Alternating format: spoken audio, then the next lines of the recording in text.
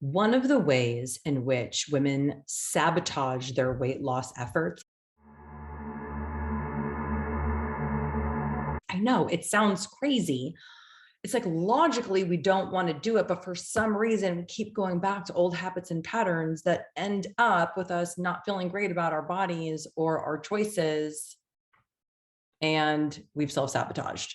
So today we're going to be talking about one of the ways in which women self-sabotage their weight loss goals and what it is that we need to do differently. And sometimes it's just about having a realization. One of the reasons that women self-sabotage is because of fear, this false evidence appearing real. And gosh darn it, it sure does seem real.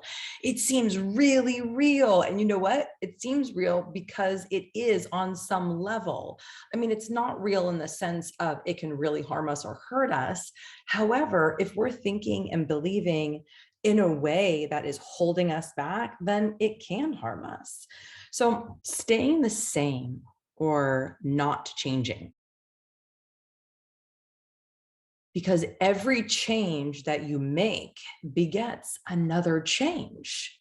And that's just human nature. It doesn't matter what we get. We all know this, right? Where it's like you really, really want something, and then like you work so hard, or you really want it and you get it, and you're like, oh, okay, that's cool. And now I want this. Okay, that's cool. And now I want this. Okay, that's cool. And now I want this. And what about this? What about this? And it just continues on and on. So there's this underlying fear of like, if I take this one step, the mind automatically zooms into the future of what it would mean to take those steps continuously over time. And it's like, whoa, whoa, whoa, that's a lot. That's a lot to commit to right now. And it's like, well, no, you just need to take the one step. So I remember when my son was probably in fourth or fifth grade, and I was helping him with his math. And somehow we got on the subject of like, algebra or something like that. And he like totally freaked out.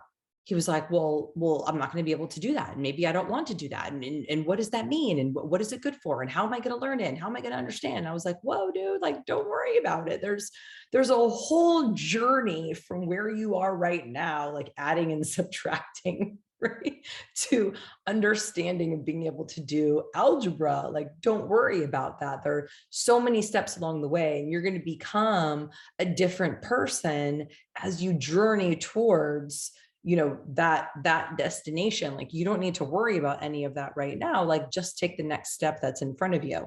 And he didn't like that answer, right? He didn't like it, and he wouldn't do any math at all for like 3 weeks. And I had to just let him do that. Like, okay, are you ready now? Like, let's take one step forward. And it seems, it's cute and it's silly when it's, a 10-year-old, it's like super sweet. But when we're grown women and we've been struggling with the same thing over and over and over again, and we keep sabotaging ourselves because we automatically go to the end when we haven't even really begun, and we don't even realize that on a journey, any journey of life, we become different people.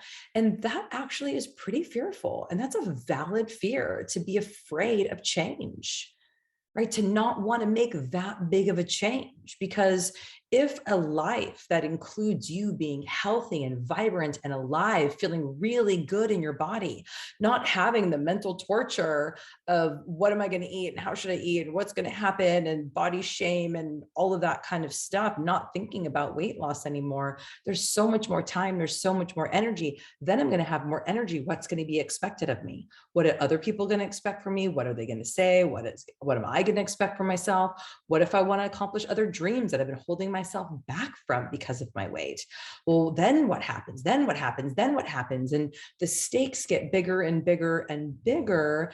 And the fear of then failing at something even bigger when you put in all this effort and all of this work is like overwhelming, when really it's like, slow down. We're just talking about drinking more water and getting some help so that you can feel better now.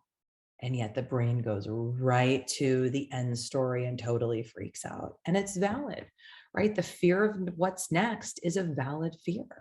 Now, do we need to let it stop us and block us and not actually achieve our goals? No.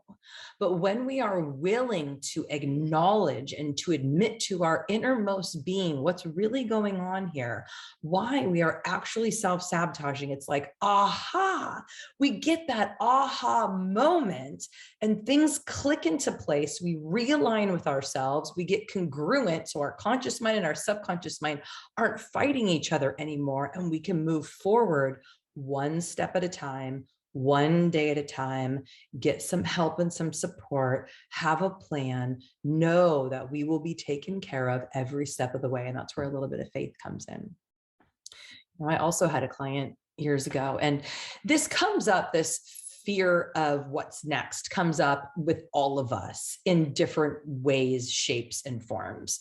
But this one client, I remember very specifically, she was sabotaging herself over and over and over again.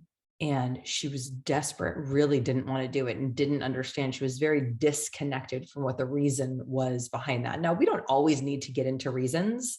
It's not necessary. 90% of people, when they come to me as a hypnotherapist, we're able to move forward without really diving deep into the stuff. When stuff comes up, we have techniques and tools to navigate through that, but it's different. We don't have to go searching for stuff. It'll come up when it's ready to come up. So we focus really on what's going on right now, what we can do today, and keep those small baby steps, and we move forward and really creating the vision of our future that we want. And that works like 9 out of 10 times. But sometimes people are stuck and they're not really sure why. It's not clear. Nothing really is coming up. But she was like, something. So we did some work together, and it came up that she honestly didn't want to lose the weight. Right? Even though she kept telling herself that she did, there was a part of herself that didn't want to lose the weight because she didn't want her husband to expect more from her. She didn't want him to expect more from her around the house, and she didn't want him to expect more from her with her physical body showing up in that relationship. And she realized that she had been holding on to hurts and pains in that relationship for so many years that she was actually punishing herself, subconsciously punishing herself as a way of getting back at him. And as soon as she acknowledged that and realized that and went, oh my God, I'm afraid of what's next. I have this incredible false evidence appearing real, fear, and what really needed to happen was forgiveness. Forgiveness for herself, for holding on to that pain for so long, for making her own self suffer so that he would suffer. And as soon as she was willing to forgive herself for holding on to that for that many years and let go of what happened in the past and move forward, it was like the weight just started to drop right off of her. She was in alignment once again, her conscious and her subconscious mind. She's no longer fighting herself. There's no longer any self-sabotage. Because the reality is, if you are self-sabotaging, it's because you have a subconscious pattern that is running, that contradicts what it is that you want with your conscious mind. 100% of the time, that's what sabotage is, right? One part of you is going this way, the other part of you is going this way. You're like in a rowboat and you're both rowing in opposite directions, but you're in the same boat together. You're in the same body together, trying to go opposite directions, going nowhere. So if this is what's going on for you, I highly recommend that you schedule a call with me. You can find my scheduling link below. You can visit my website at www.rosestein.com. I'm so excited to see you there. I love you so much, and I hope you're having a great day. And here's to alignment and no more self-sabotaging ourselves. We are free to move forward. All right. I love you so much. I'll talk to you later.